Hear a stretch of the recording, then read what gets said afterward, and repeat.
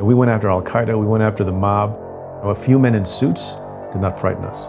He was named the new sheriff of Wall Street. Preet Bharara led the crackdown on insider trading. The rich guys in suits, what they really care about is money. But you do something that takes away their money, well, then you could be on the death list. Do you ever worry about your safety with mob bosses and crazy hedge fund people and terrorists? If you're worried about that kind of thing, then you shouldn't be in the job. The case against the Galleon Group, at the press conference announcing the charges, I wanted to send a message of deterrence. That next time you think about trading on insider information, remember, prison is not a fun place. Greed is not good. If you can make sure that other people think, maybe I shouldn't do this thing, the taxpayers are getting their money's worth. Then you have a relationship with Mr. Donald Trump. What happened with him? He called me a couple of times. That doesn't sound innocent. I didn't know if the president was ever going to say to do something that I shouldn't do or ask about a case or do something that crossed a line. So we decided that I shouldn't return the call. And then the next day I was asked to resign. Even though it may have been the proximate cause for my losing the best job I will ever have, I'm more proud of that decision than at any other time. Authenticity is one of the most important things you can have. You're not relying on other people for your self-worth. Your self-worth comes from being in command of yourself, being possessed of yourself, that allows you to be a better person and that allows you to resist bad things. You choose what kind of man you want to be.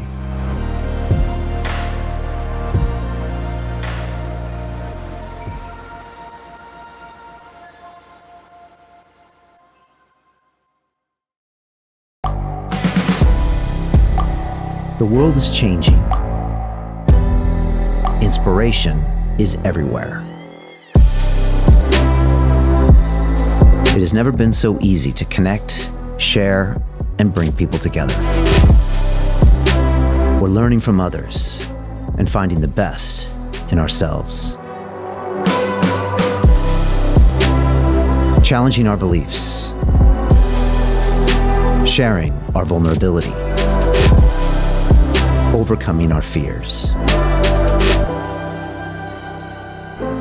Transforming ourselves so we can transform the world. How far can we go? This is London Real. I am Brian Rose. My guest today is...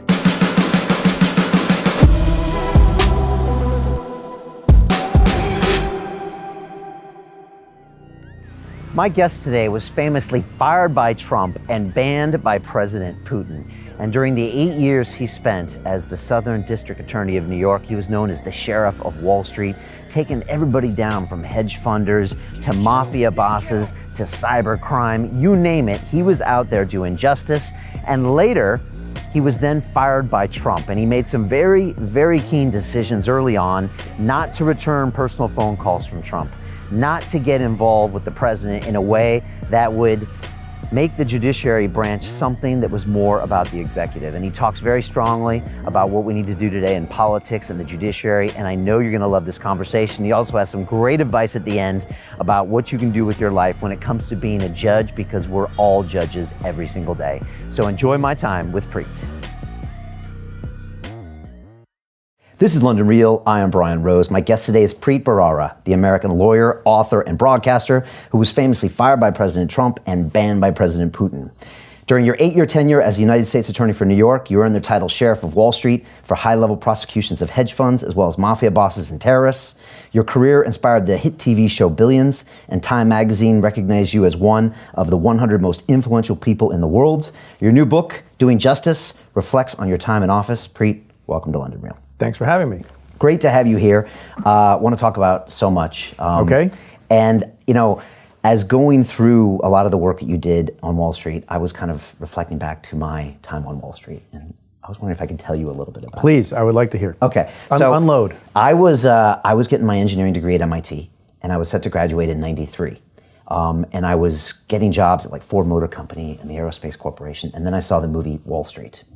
And I kind of got obsessed with this whole thing. Greed is good. Greed is good, right? And I know you like some of these movies and mob movies too. We'll talk about that. I quoted from that movie at my first big press conference. You did? Which we can talk about. Okay, yeah. I interrupted you. That. Sorry. So I got really fascinated with this. The MIT Sloan School of Management let undergrads take classes at the B School, so I took options and futures courses, and I ended up going, and in '93, I started for Bankers Trust at One Liberty Plaza, and I was 22 years old. and moved to Manhattan. And I walked in, and probably the fourth day on the trading floor, they gave me a phone, and they said, this line goes to the Chicago Board of Trade, this one goes to Chicago Mercantile Exchange, trade. And I ended up trading derivatives for Bankers Trust. And I had this whole experience of being this Wall Street trader. Now, about a year later, Bankers Trust was prosecuted, and then they threw the RICO Act at them, right. And they ended up settling. But it was like Procter & Gamble and a bunch of other companies. So I've kind of seen it all, that whole thing happen. And I've also had a bunch of buddies that went on in investment banking and hedge funds and that kind of thing. I then moved to London and did credit derivatives, but I had a whole experience there. I always reflect back on it as just this kind of crazy time where I couldn't really believe what was happening and just... But did you like it? I really did like it, but Okay. obviously not enough to stay in the business because I started doing this. Well, there was that crime thing. Well, it was like, okay. So, like, you left because of... Well, I mean, I didn't do the crimes. But I hope mean, not. I saw it happen. Can we play the name game for a second? Yeah, go ahead. Which is odd because cameras are rolling and Yeah. maybe this will be awkward, but That's okay. do you know Mark Laurie? No. He would have been at Bankers Trust same year as you, Would he have been a salesman? out of Bucknell. Okay, would he have been a salesperson or a trader? I think a trader. But anyway. Okay. that's fine. Would he have been wrapped up in that investigation? No. Just he's a friend Oh, of a friend the of family. yours. My Okay, brother's gotcha. best friend with whom he started a business. But Okay. I don't hear Bankers Trust that much these days. Yeah, well, got bought by Deutsche Bank and all that stuff Yeah. later. And so I remember doing that. I also remember reading the book Den of Thieves, which was this whole prosecution Yeah. of Michael Milken by Giuliani, who later became mayor. And I just got to see these two sides of the coin. And then lately, of course, I've been watching Billions by chance, and I see these kind of two sides of the coin. What do you think of me telling you all of that? It's very interesting. I'm enjoying it immensely. I feel like interviewing you now. Why did you end up leaving finance? I actually went from Bankers Trust to First National Bank of Chicago, and then I ended up going to London and moving kind of into the credit derivatives brokerage business. I wasn't at the banks anymore. Right. And then 8 years ago, I left because I just felt soulless. I was making money, and Why did you feel soulless? Did you think just because of what you were doing, or because the institutions had a culture that lacked soul? Good question. Really good question. I mean, I'm surrounded by people that had one goal, which was just to make money. And I just felt like something was missing. And I didn't feel like the culture ever taught me anything different. And I'd say the same at Bankers Trust. Because you didn't make anything. Would you have been happier working in an auto company? I don't know. It's a good question. I don't know. One of the reasons I ask is, Yeah. I talk about this in the book a little bit. There's a whole chapter called Culture in the book, which seems odd to have in a book about stories of prosecution and punishment and crime. But I often get the question, how come some places have a lot of people get arrested or have enforcement issues and some other places don't? And I think the difference is culture. At some places there is a culture of integrity and people do the right thing the right way, and some places not. And one of the things I used to do when I was U.S. attorney, and I've done it since, is go talk to not lawyers and aspiring lawyers, but to talk to business students. I've been to Sloan, but more frequently I've been to Harvard Business School and Stanford Business School, some other places. And I remember there was one occasion where I went to Harvard Business School and I'm talking to the students, and they have an ethics program that they run in the middle of the year. And I've done it every year, I think 7 out of 8 years. And someone raised their hand and they said, this young male student said, last summer I interviewed at 10 Wall Street firms. And of those 10, only one asked me any question that indicated they cared about my integrity, or that indicated they cared that I knew that they had integrity and cared about it. Otherwise, it was all questions about his resume or about quantitative skills and all sorts of other things, which are important. You need to screen for those things. But I thought that was interesting. Was that your experience? I mean, literally, I got on that floor. I'm 22 years old, so I don't know the practical sides of trading. And literally... But when you interviewed, did they say drop and do 20 push-ups? Not at all, no. I mean, no, it was all about my quantitative skills, how many gas stations are there in America, how can you figure that out, all that stuff. But my point is that I honestly even made the analogy at the time of watching my father, not that this happened, but if you watch your father abuse your mother, you probably grow up and abuse your wife. And when I got to Bankers Trust, the culture was rip as much money out of every single trade as possible. Like that was the ethics or the culture. Right. And that was the incentive. And so if that's the incentive that gets rewarded, then that's what you do. Yeah. And that's, I'm sure, was the culture, and maybe it still is, maybe it's changing, I don't know. Well, look, it's still the culture in a lot of places. I mentioned Wells Fargo, even though we didn't have the particular case that got a lot of notoriety in the last year. at Wells Fargo, you had a division where the incentive was you got to open up accounts, and you get rewarded by how many accounts you open up. Well, when you create that incentive, and you also create the ability for people to set up fake accounts, well, now they've mastered the trick. And so thousands and thousands, I think maybe hundreds of thousands of fake accounts were set up because of the incentive structure. Right. And that's a problem. Right. So you go and have these ethics discussions with these students that are going to go into the business. Yeah, I mean, not all of them, but many of them, yeah. And are they willing to engage more now than, say, they were 10 or 15 years ago, do you think? So my experience goes back, about eight years. No, the reason I think it's important to engage with them in business school is I think a lot of them still have idealism and still want to do things the right way. And, a younger version of yourself would say, I like finance and I'm interested in it and making money is good and I want to be well off, all of which are fine and can be patriotic qualities, but I want something more. And maybe one of the reasons to make a lot of money is I can do some good with it when I've made enough, which can also be fine. Is that a good justification, though? No, not necessarily. But look, I don't begrudge people. I think the problem with anybody doing anything for money is that, and maybe I'm wrong about this, you can correct me, the most happy, successful people who have a ton of money, in my experience, I know a number of them, including my brother and Mark, who I mentioned earlier, they didn't do it for the money. I mean, that's a consequence of what they did. They did it because they were driven to do something. I think, the lawyers who were, fabulously rich, the authors who are, J.K. Rowling, I don't think set about to become, one of the only billionaire authors on earth. Oprah Winfrey is one of the richest people on earth. They did it because they loved it, and a side consequence is making money, then that's fine. But if your only goal is making money, I think A, you're not happy ultimately, like you say, and B, you probably are not as good at it as you could have been if you did something else. What if you just want to be the best? Because it gets kind of, and yet money is a sign of that. Then it gets kind of gray. Well, look, the flip side of the coin, I will tell you from experience, is you have people who had a lot of money, people who traded, some of whom we prosecuted. And you would think, well, why would you, if you had $1 billion, why would you cheat? Why would you engage in insider trading to get more money? And that became sometimes the sort of common sense defense of the lawyers who say, well, Roger Rutnam, he's got $1 billion. Why does he have to do this? It'd be stupid. Why would he do it? Well, he did, and people do. And maybe it's just related to what you said. You want to be the best. You just can't abide that someone else had a greater rate of return than your hedge fund did, even though you have your $1 billion. And maybe even the other hedge fund, the head doesn't have $1 billion, and they have fewer assets under management. But you know what? You just can't bear that they did a little bit better than you, because that's how you if you measure yourself in a particular way, it is going to cause you to act a particular way. Do you end up having sympathy for some of these people that you end up prosecuting? Oh, sure. Yeah, you can, absolutely. Some people you have no sympathy for at all. There was an article about, a fairly young defendant who we prosecuted, a man that we prosecuted who was at a hedge fund, I forget which. And he made a big mistake. I don't think he was an evil person, but he broke the law and he was caught up in it because lots of people were getting caught up in it at the time. And there was a New York Times article about his case and about the sentencing, and it was, it was pretty emotional sentencing, and his family was there. And somebody came up to me afterwards and said, "Did you read that article?"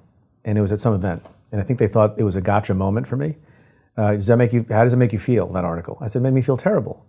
It made me feel terrible that that man made those mistakes, caused himself to be separated from his freedom, caused his family to have to suffer, caused humiliation to everyone. Nothing good comes of that. I don't celebrate it. I'm not happy about it.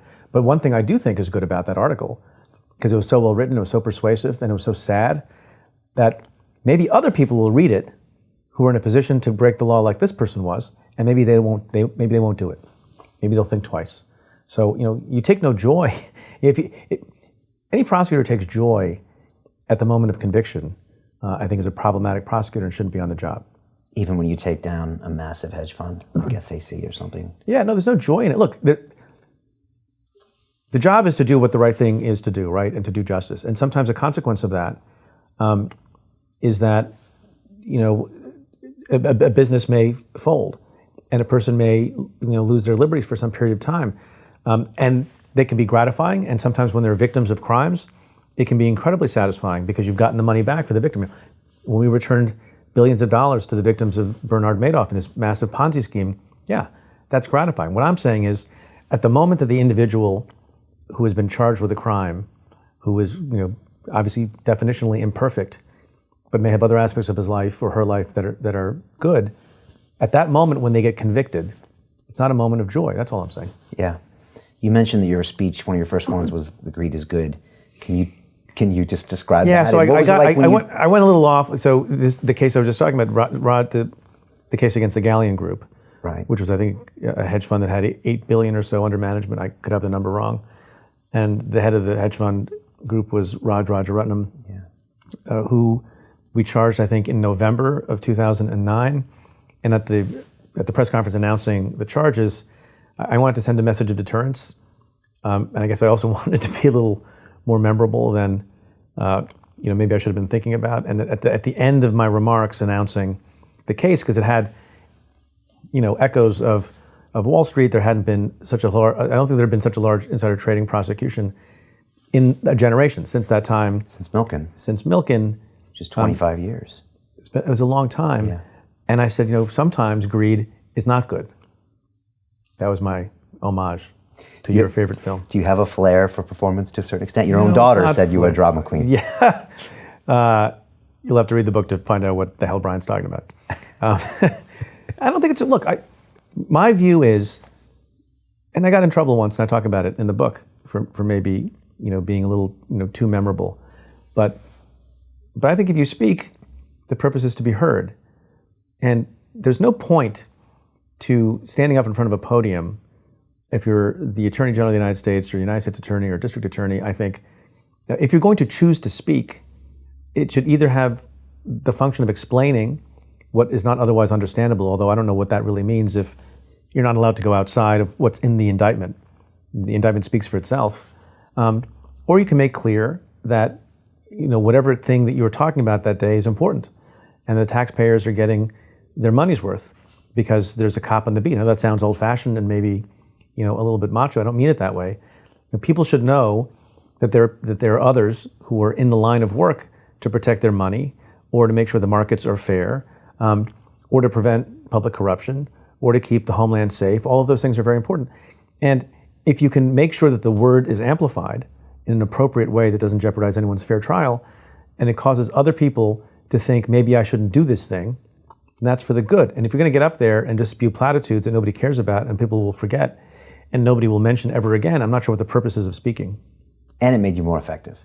I think so. It scared people. I mean, all of these hedge fund managers must have looked at that and said, okay, this guy's coming for me, as opposed to the next cop on the beat who might want to go home early. Or yeah, there are not a lot of cops on the beat who want to go home early, but the other thing I said in that announcement was I emphasized one of the tools we used in the insider trading prosecutions up to that point. It was not something that I invented. I hadn't thought of it. I inherited these investigations that were already underway. So I didn't commence the investigation of Galleon. My predecessors did.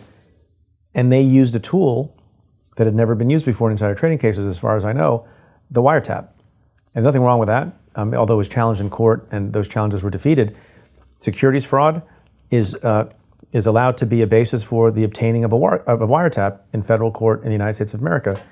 But I wanted to make another deterrence point when I announced the Galleon Group case, and that was, next, I said, I forgot what it was exactly. I wouldn't say it was a flair for anything, but I wanted to emphasize the point that next time you think about, trading on insider information, remember, law enforcement may be listening, because we were in some cases.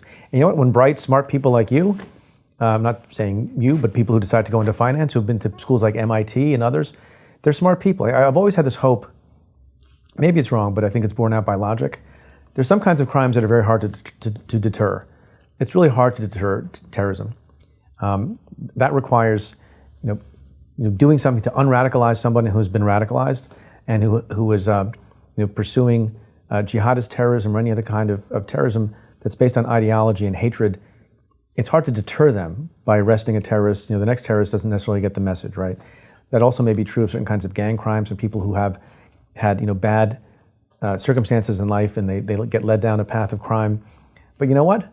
Really privileged, smart people who went to great schools and are highly credentialed and have a lot of money to begin with and have great lives, those people you think are capable of engaging in cost-benefit analysis. If you went to the Sloan School of Management or you went to Wharton, you should understand how to assess risk. And if the prosecutor can increase your sense of risk in breaking the law and cooking the books and doing all sorts of other bad things, then that's a good thing. So I always thought in the white collar area, a prosecutor's office, along with the FBI and whatever other law enforcement agency was working with you, could actually have a deterrent effect. Unlike, say, for terrorists or even the mobsters. Yeah, I think it's a little hard. Mobsters, again, this idea of what is able to deter or not deter, it's unclear. It's unscientific. But, you get an anecdotal sense of these things. I'm not saying that those things are not deterrable. What I'm saying is, the rich guys in suits, they don't want to go to prison. Prison is not a fun place. It's not a happy place. And even short terms of imprisonment are devastating to people like that, who are used to living in big houses with a lot of freedom of movement and planes and helicopters and everything else. It's not worth it. It's not worth it. And if people understand it's not worth it, I'll give you the example again. I have my billion. I don't need to cheat to make this 20 million. I can remain free if I make that decision. That's hopefully the choice we were giving people. And how did you find that those guys were different than, say, the mobsters or the terrorists? I mean, they seem to kind of flip on each other a bit easier, right? Or are there any things that you saw as generally? Yeah, I don't know if you can generalize. I would say that human nature is interesting.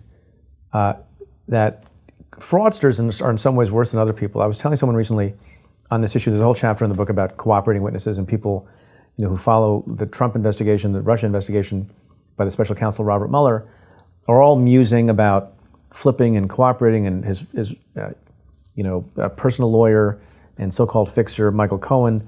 Was he going to flip? Was he not going to flip? How does all this stuff work? It all depends on the person.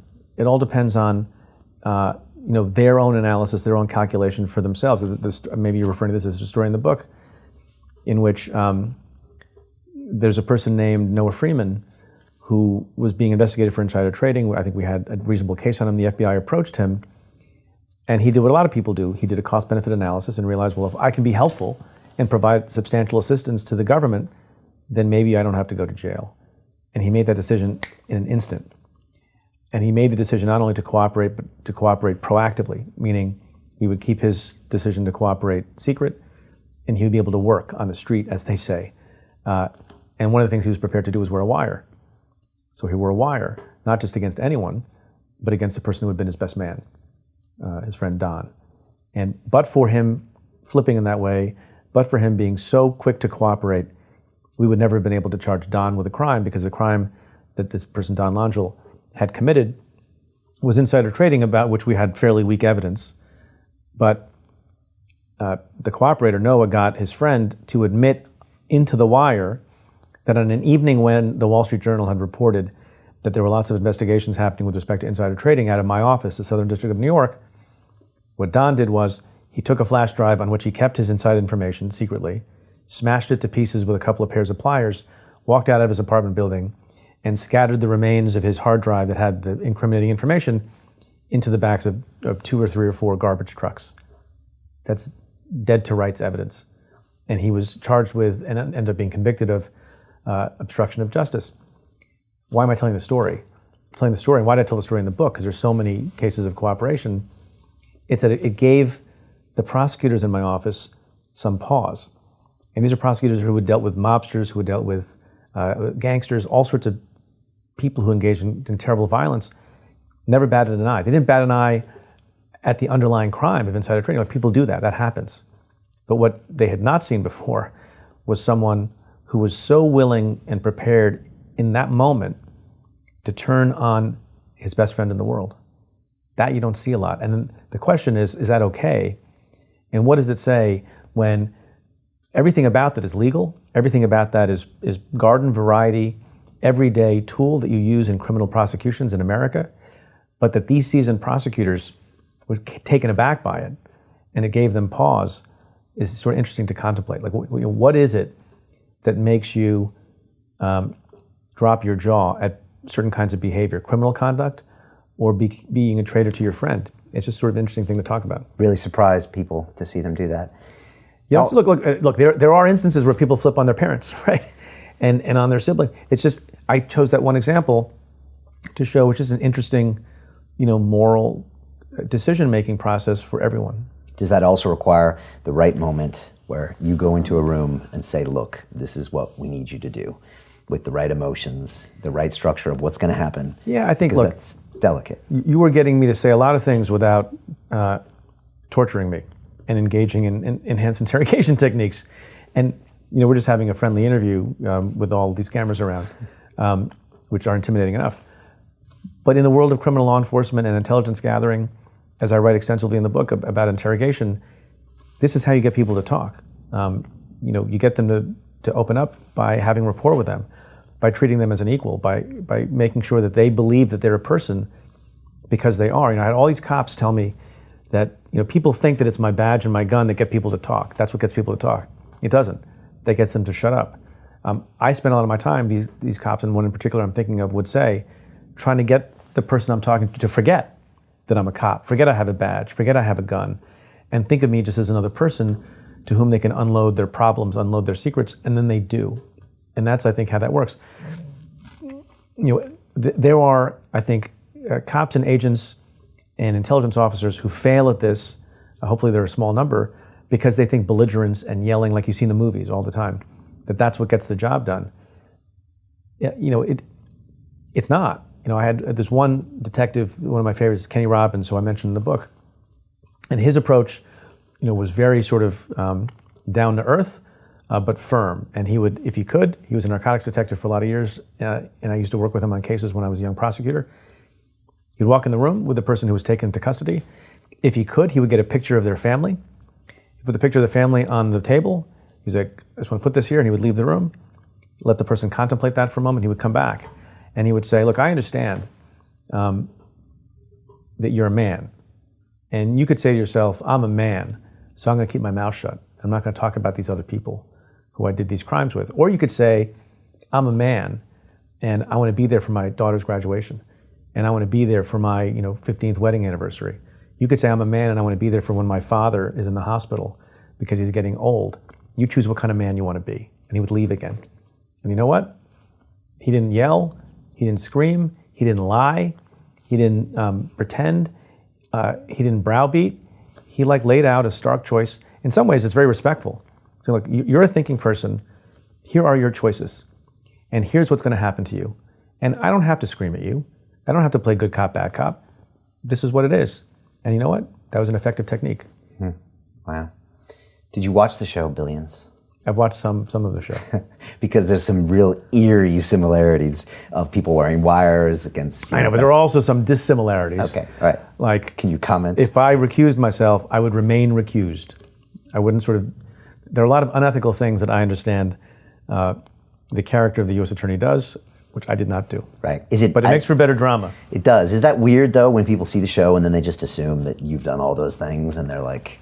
Well, it's weird when people see the show and they assume I've done certain things with my wife, which I don't want to spoil the show for people, but I haven't, not to overshare, but there are many of those things that I haven't done. But it's basically, Steve Count of SAC versus you. I mean, that's I don't know. People, I don't know if that was I think it's an amalgam of a lot of different things. Right. But look, there are people who take art more seriously than they should. I mean, there have been people who have said, because the U.S. Attorney in the show is the son of a wealthy man. And somebody said to a friend of mine, I had no idea Preet's father was wealthy. I'm like, no, it's fiction. It's not, even if it is, and I don't know that it is, loosely based on something, it doesn't mean in every particular, and certainly many particulars, that there are resemblances.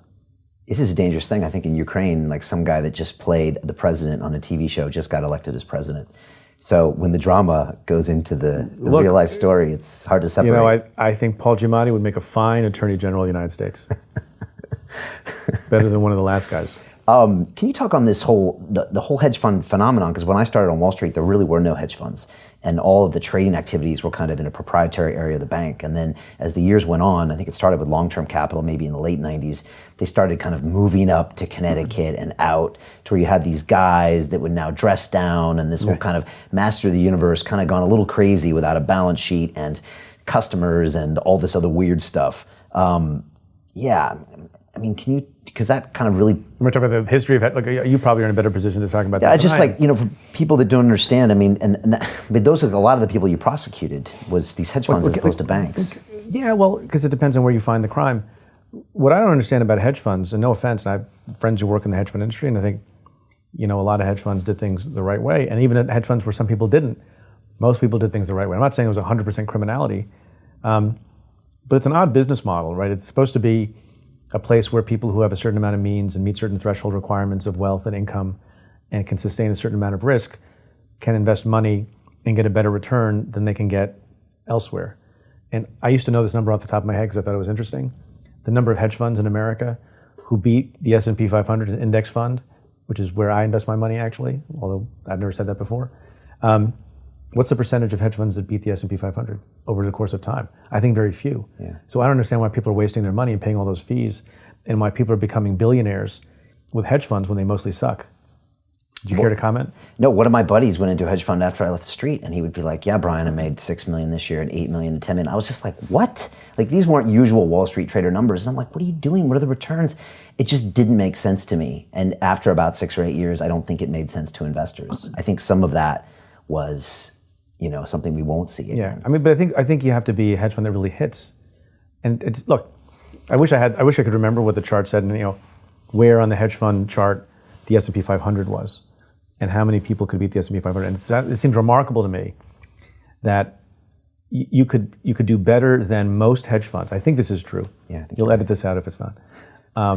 That you could do better by just mindlessly doing dollar cost averaging of a certain amount of money twice a month, which is what I do, and see your gains over the course of time, rather than try to pick and choose which hedge fund, what kind of fees am I going to pay.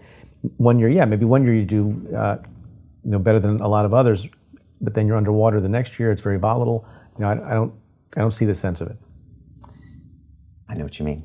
There's a theme in the show where the prosecutor, the U.S. Attorney General is, and everybody working in the office is always like, okay, we can 10x our income if we go into private practice. No, yeah, or more. Or more, 20x. Yeah. How do you work in that environment? How do you keep your people? And how do you not even be personally tempted by something like that? Oh, well, because it's the best place in the world to work if you care about the law and if you care about public service. Look, that office, and you'll forgive me for being, parochially proud of the Southern District of New York. Some people have said the book is a love letter to the office, and I take that as a compliment. I'm hugely biased in favor of that place because it helped make me. Some of the best people I've ever met in my life work there. The place is more selective than any place that I've ever been. So to just give you a sense of what the Southern District is like,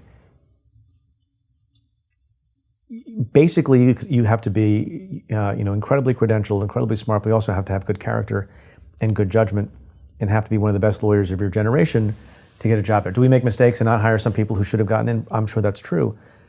But I'll give you a sense, and you've worked at a lot of places and you probably understand what the yield rate is, right?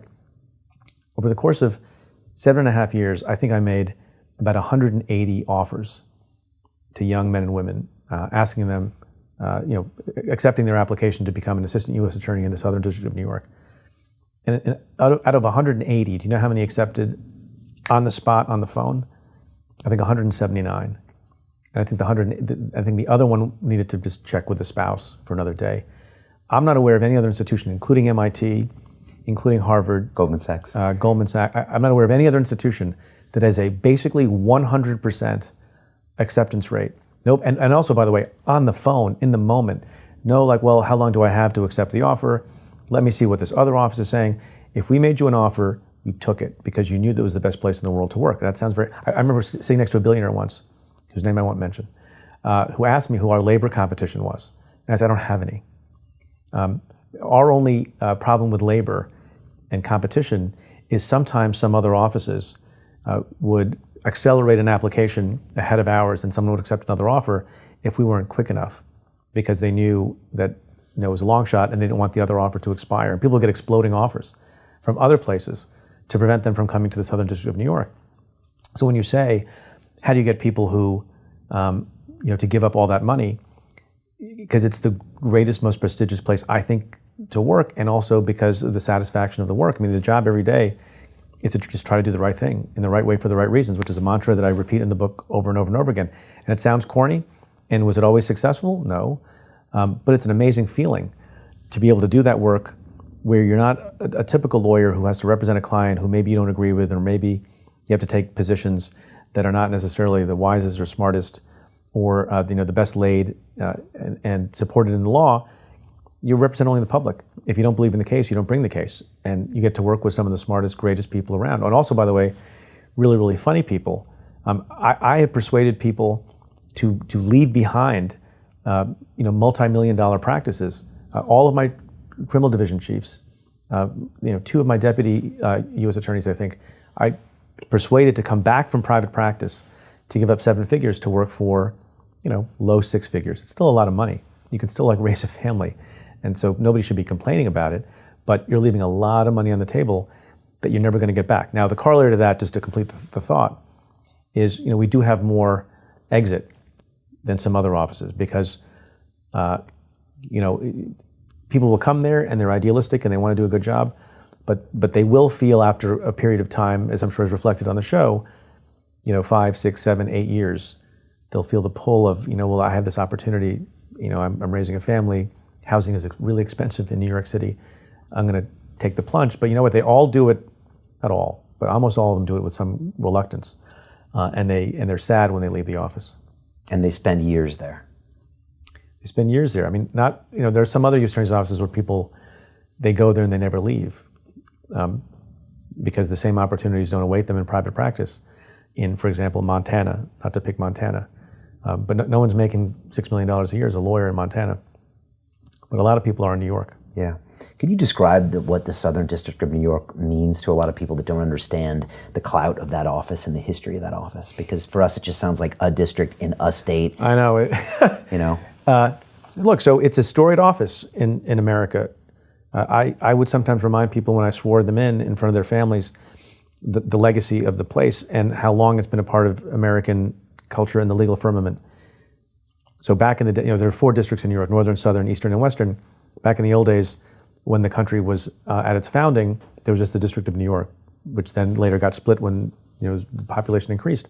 But for all intents and purposes, the Southern District of New York, or the District of New York, commenced at the founding of the Republic, 1789. I will tell people the story, and we used to have on display in the office a copy of a piece of paper that was a handwritten nomination form by the first President of the United States, George Washington, to the Senate, referring to them his nominations for the the U.S. Attorney for the District of New York, and the other person on the form that you may remember and have heard of for Secretary of State, Thomas Jefferson.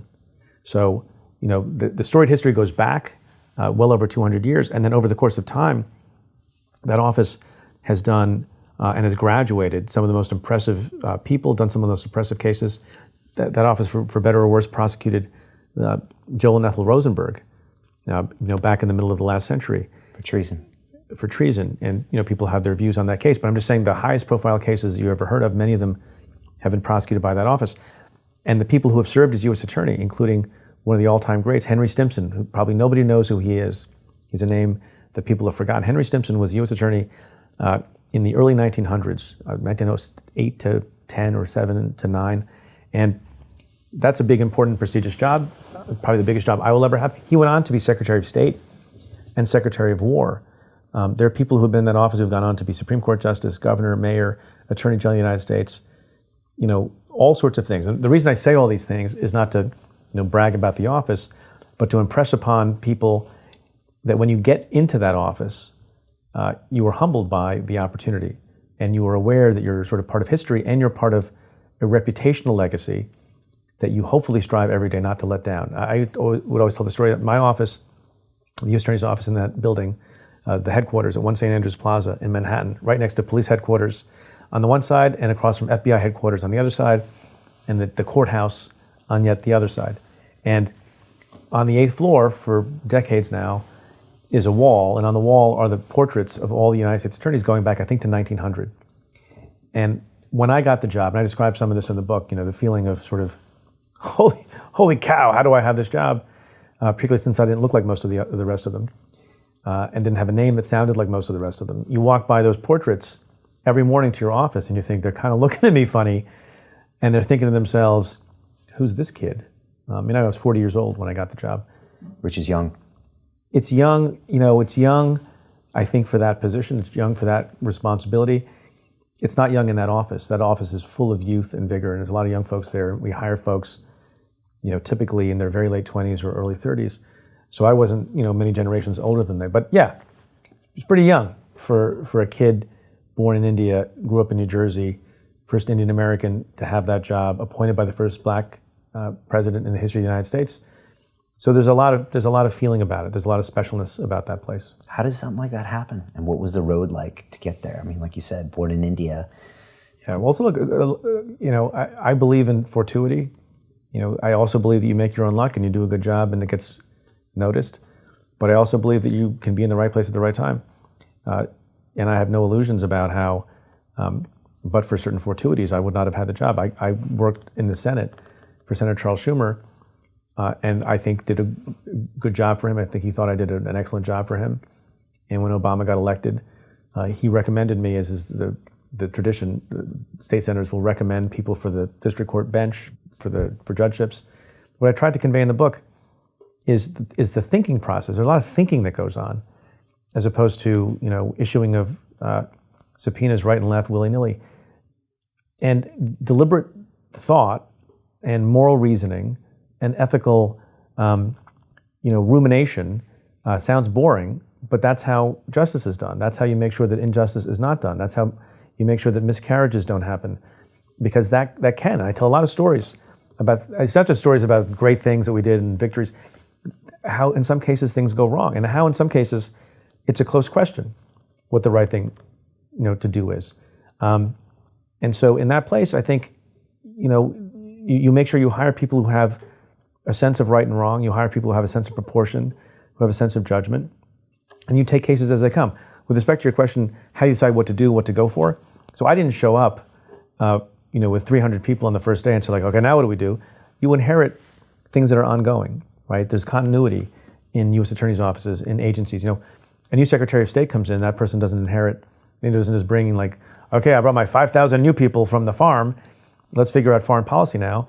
There's a structure. There are cases that I inherited. My successor inherited cases that I that began under my tenure. And you decide which things you're going to pursue with the same vigor, how you're going to allocate resources. The U.S. attorney, for good or ill, is generally not the person who says, go after that person, because that's not how it works. And I'm not the one, the leader of any office is not the one who's getting into the trenches. And I got blamed for certain kinds of prosecutions, and I got credit for other kinds of prosecutions, probably not deserving of either one of those things. The leader of an institution, whether it's a U.S. Attorney's Office or a bank or a school or a college or anything else, sets the tone for the place, sets the agenda for the place, populates the place, promotes the right people, is the good public face of the office, makes sure that there's internal harmony and internal morale, and then decides what things to abandon and what things to pursue. I don't mean particular enforcement actions, but overall policy. So, for example, the mafia, always a problem in New York and a lot of other places, slightly less of a problem, in the last 20 years. Still out there, still need to have people dedicated to that. So as they began to ease in, a problem to public safety, another thing began to grow, and that's the cyber threat, which is also difficult to stay on top of and also required a lot of tech savvy. So when you ask the question, what do you decide to go after? You look at what the threats are. Terrorism too, and also that threat changes as well. And it used to be, in the early days of my time, and when I was a line prosecutor, I did terrorism cases as well.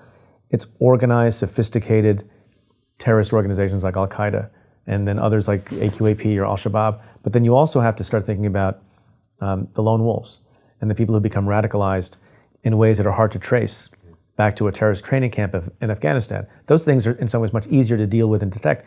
So like anything else, you look at what the threats are, and if the threats are homegrown terrorism, then you have to dedicate resources to that. If the threats are huge cyber intrusions into infrastructure, like we found in America, or financial institutions and how they go about doing things, or retail operations, or entertainment moguls like Sony, we had the Sony hack, then that's how you decide to spend time and energy on those things. If you have, as occurred in the United States, actually don't know what is going on in the UK on this, and I feel badly that I don't know, the opioid crisis is a huge burgeoning problem.